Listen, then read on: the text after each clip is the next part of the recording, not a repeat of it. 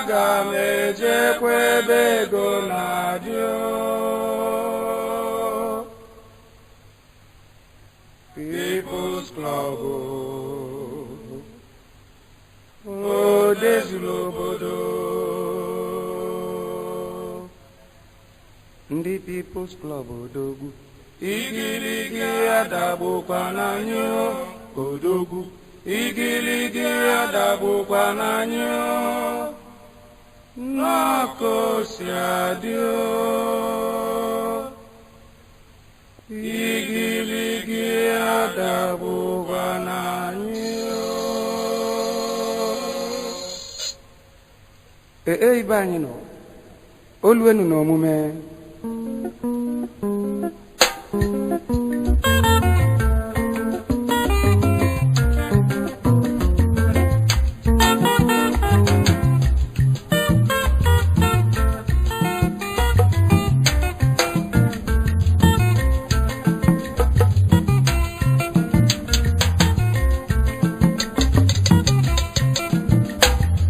People's Club mmamanu People's Club amakanu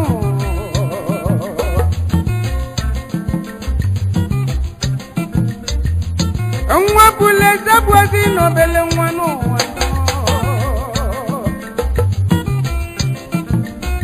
anagbaja kafu nwatezenu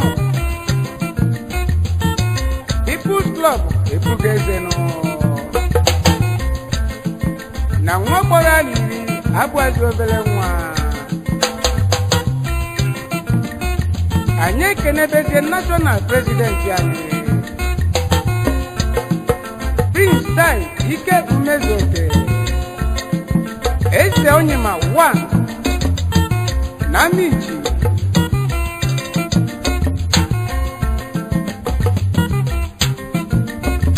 are no konkoso bilinu atori chesonya manga kenu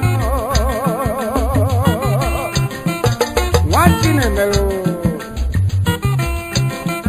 first vice national president na People's Club nke Nigeria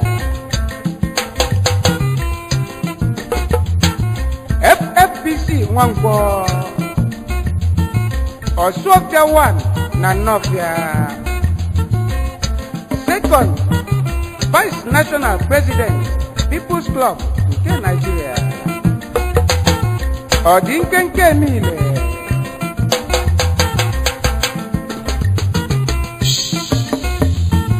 Chief Donanya Sobilinu Omikuku 1 na Nnewi People's Textile Sir Joseph Ozeme na Nwankwu National Lord na People's Club nke Nigeria onye ọma n'izulu ejizuru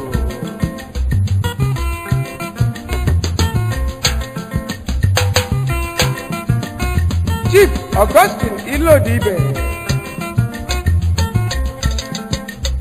Ogbuefi Nnanyelugo ekene ndị ụwa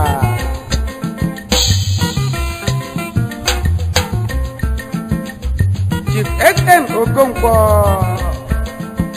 eze dị ọra mma n'alọ National Patron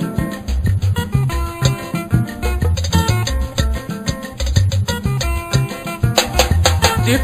Nweze Sobilinu Igwe Umoji Ugwugbokodi akụ mgbawara ụgbọ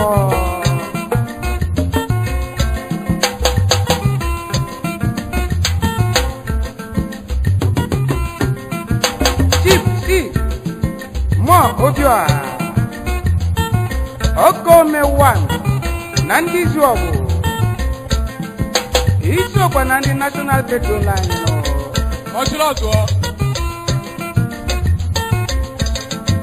Ese Ochilozua na ndị Izuọgụ obele nwa dị anyị mmanụ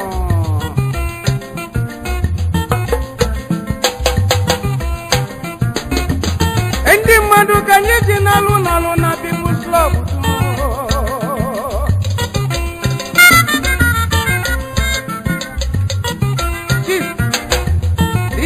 Ogugwa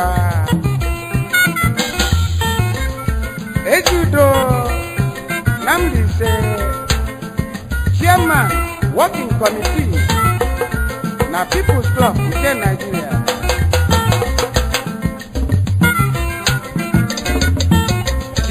Udeubaka Norifite Igwe Ezediorama Nna ochie Kenemo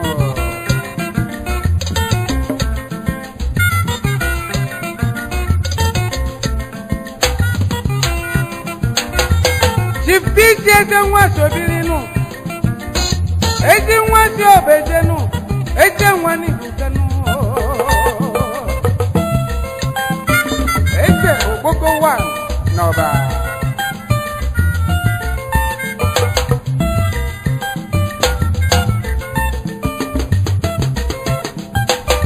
Chipsi iji keluba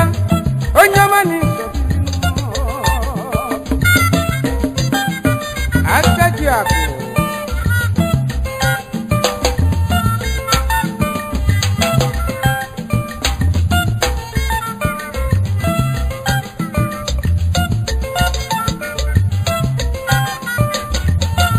Barista I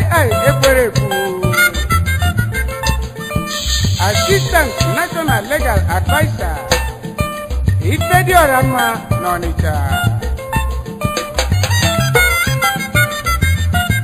Anyị kenebeze Honorable Charles Akunwata Modebelo Agwilili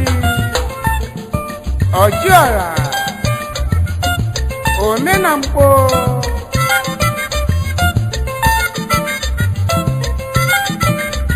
Jojana Sosodili Ezi nwata mụ ibekete nụ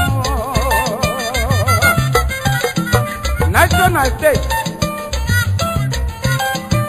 Anna Solora Okwu onye asị n'ọbụ ya ka a na-asọrọ nọ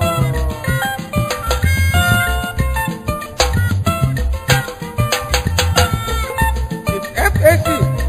Ọfụdum Ọfọdụm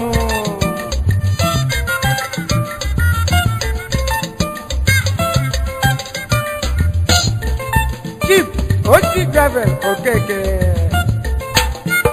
Eze nwa mmadụ 1 na Nnodu onye ọma na otego ndị bụ azụ na mmiri nọ nwoke dị mma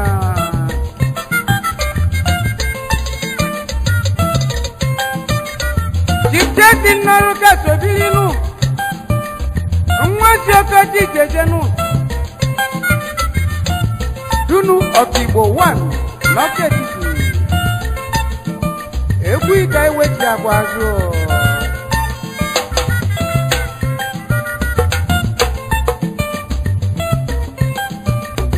Iboliza Igbolu Obianu Olivi Lọ́jọ́ ní Ibùkánú Àbú Igwe Nkwu Obiriga 1 n'Ụmụ Oji Igburugbo Okoji Nwata ibe ya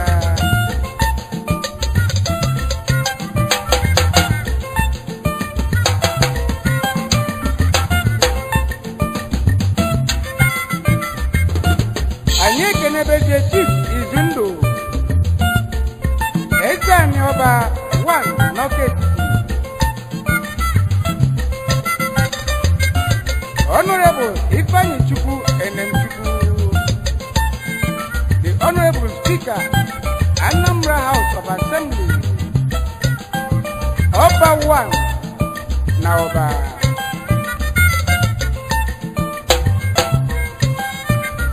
Chief Edmond Ejanye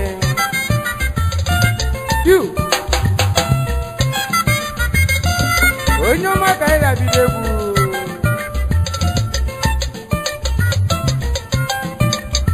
Lenu chekwe mụ dekene Eji nwa mụ amụcha pụta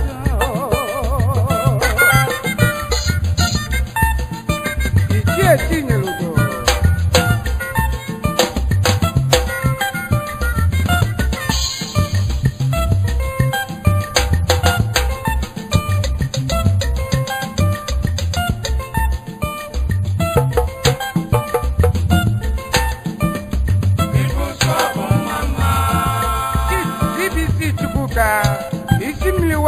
Umoji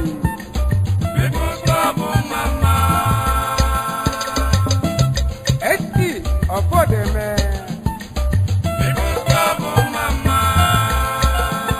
Alhaji Ije Opunwa Niji